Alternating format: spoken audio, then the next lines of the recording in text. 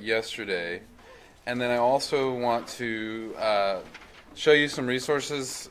Some of these calculations, like standard deviation, are pretty complicated or time-consuming, but most scientific calculators do a pretty good job of actually doing data analysis.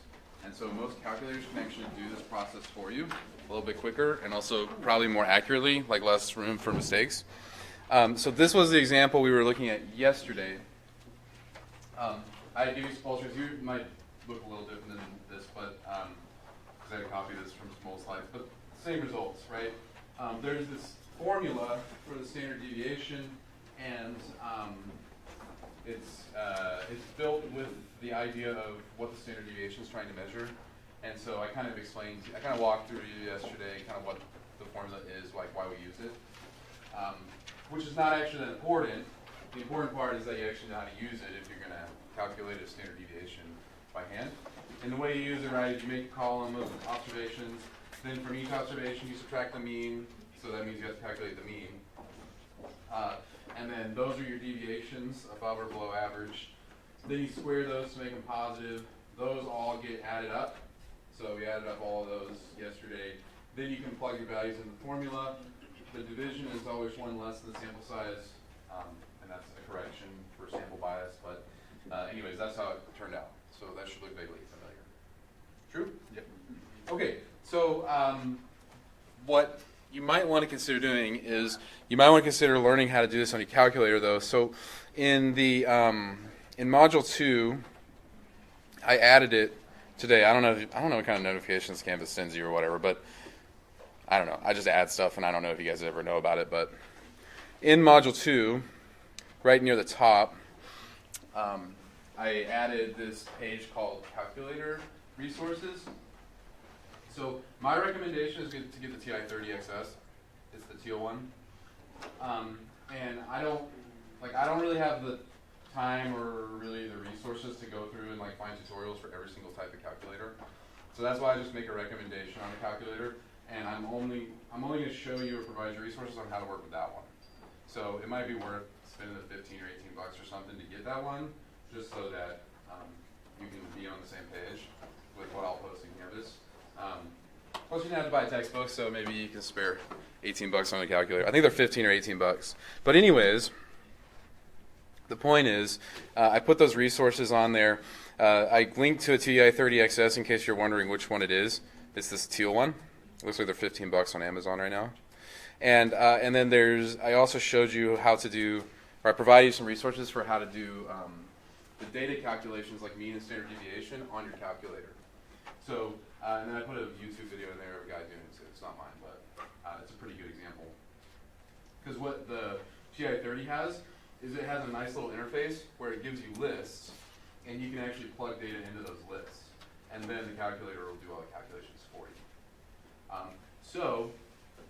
Today, I want to talk a little more about the standard deviation. But today, I've got a sample data set that I'll give out to you so you can practice either doing it with a formula or you can take some time to learn how to do it on your calculator. And that's what we're going to do today. Okay? So, questions so far? Any questions about that? Okay. Also, I just found out at the beginning of this class, your attendance was being lumped into your quiz grade, which I don't know why, but it was. So if something weird was going on with your grade before, I fixed it. So now your grade in Canvas should be like your actual grade in the class up to this point. Before it would have said something, it might have been inflated or deflated by your attendance. All right. So let's go back to here.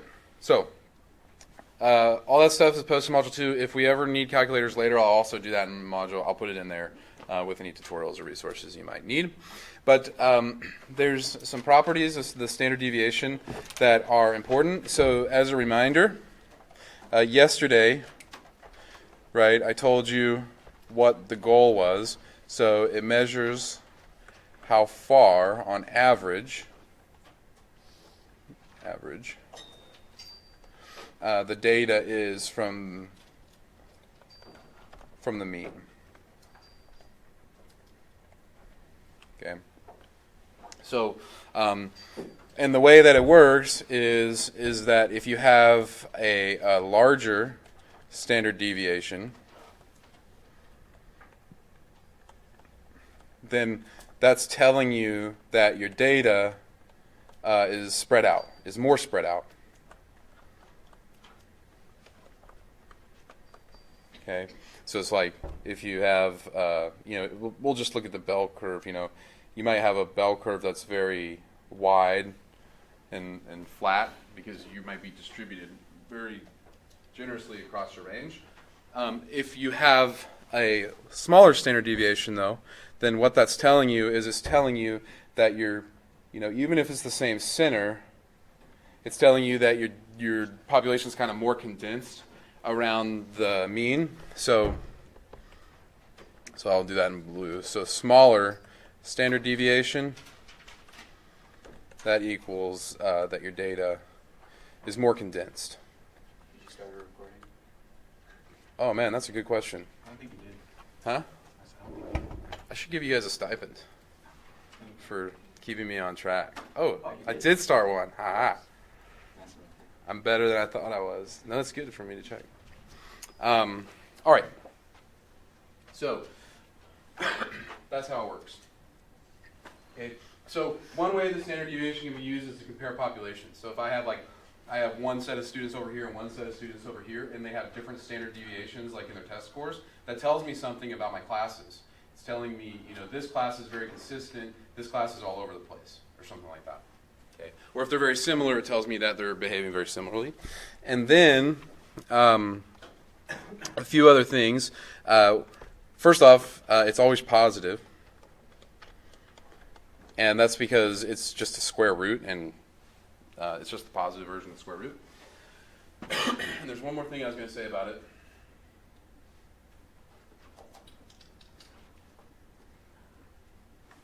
And I don't remember, so it must not have actually been that important.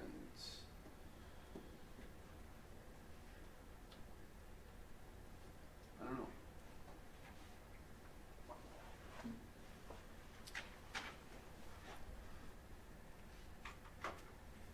Man, I remember. So the standard deviation, it relies on the mean. Also, when you take a deviation, oh geez, look at that. That's crazy. I don't know what happened there, but it's pretty cool. How about, there's like multiple versions of the, I don't know what happened. It's because I brought it over from other slides. What happens is,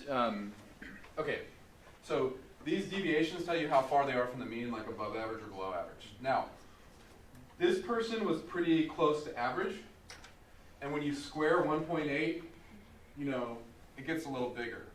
This person was pretty far from average, and then when you square a big number, what happens? It gets way bigger. So the standard deviation, it's going to exaggerate the effect of things that are far from the mean, and it's going to downplay things that are very close to the mean. So it's like the standard deviation penalizes things for being far away. And then if you're close, it unpenalizes you because you're very close. So then you don't want the standard deviation to be too big. So anyways, the point is, well then if you say I threw an outlier in here, maybe I threw the outlier 49 in here. Well, what's that going to do? It's going to be a huge deviation, and then when you square it, it's going to get amplified. And so the standard deviation is not resistant. So it's not resistant to outliers.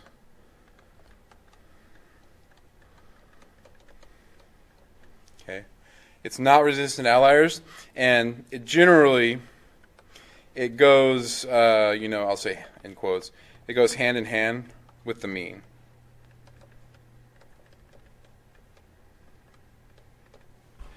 And the mean is not resistant to outliers either. And so the mean and the standard deviation are going to be really, really important tools that we're going to use in this class a lot, but they're not resistant to outliers. And so they have applications, and we're going to do some of those applications with the standard deviation. I mean, tons of applications. But if you have a skewed distribution or data with outliers built in, then these may not actually be the best tools to use. So most of what we're going to focus on in this class is, data that has normal distributions or that you can turn into normal distributions. Because if you have non-normal distributions, then these aren't necessarily going to be great tools to use. You have to use other tools, like the median, or we're going to talk about percentiles, stuff like that, things that are resistant. So, okay. One other note, just so you know, and this is not something that you're going to really be tested on, but if you go on to any other statistics classes after this, or maybe you run into some studies in your other fields, there is something called the variance. And so the standard deviation was this formula. And we take the square root for a lot of reasons. When you take the square root, it has tons of applications. But there is something called the variance, and it's just the same value, but just not with the square root. And so this is the first one here. That's the standard deviation. The second one here is the variance, but it's literally just the standard deviation squared. That's all it is. But there are a lot of tests that use the variance, and so, but the variance measures the same thing as the standard deviation. It's like how far away is your data. It's just that you don't take the square root as the last step, and then you can use it in other ways. But we're going to use most of the standard deviation. But just mention it because you may see it somewhere if you're reading a study or something like that. All right. Anything else I want to include? Okay, yeah, we're not going to go there. We will look at an app, some applications of the standard deviation soon. I want to pass this out and give you guys a chance to just give it a try calculating standard deviation, or if you want to learn how to plug it in your calculator, you can ask me today. I do have the solutions to this. Anytime I hand out things in class, I put those in the exam module. So like this is the standard deviation practice. So I'm going to pass it out for you guys. You can stick around and work on it if you want, but you don't necessarily have to. But the solutions are online if you ever want to come back and look at them. But if you want to work on them here just to get some practice in, you can ask questions, or I can pull up the solutions and we can go through them as well once you have a chance to work on them. But I'm just going to pass this out. I'm not going to collect it or anything. It's just for practice. Any questions? And then, that didn't take very long. That's all I really had planned for today, so we'll just do that. And then we'll finish off most of Module 3, or Module 2 tomorrow. Anyways, stick around and practice if you like, or the solutions are posted online.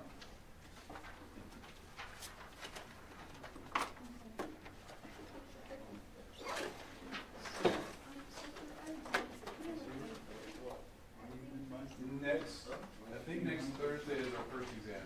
And is it going to have module 1 and 2? Module 1 and 2. Yeah. And so we'll finish up Module 2 mostly tomorrow. We'll probably have to do a little bit on Tuesday when we come back. And then Wednesday is a review day. And then test on Thursday. Because we don't have class next Monday. So. And so the exam one, that's going to be like what's going to be on the exam? Yeah. So I always, in every exam module, I always put a few things. So I always give you a practice test, and those are like questions that are similar to what you might see on an exam, and the solution to that. And then I also give you additional practice. So like this is, I just gave you this one, but there's a couple other ones with stuff we're going to practice here soon. And then I also give you the solutions to those. So it's a good idea before you take the exam to look through the practice documents I put up there, and at least give them a try. Because those are going to be most similar to what I put on the exams. So, all right. And if you want to go, you can go too. That's okay. It won't offend me.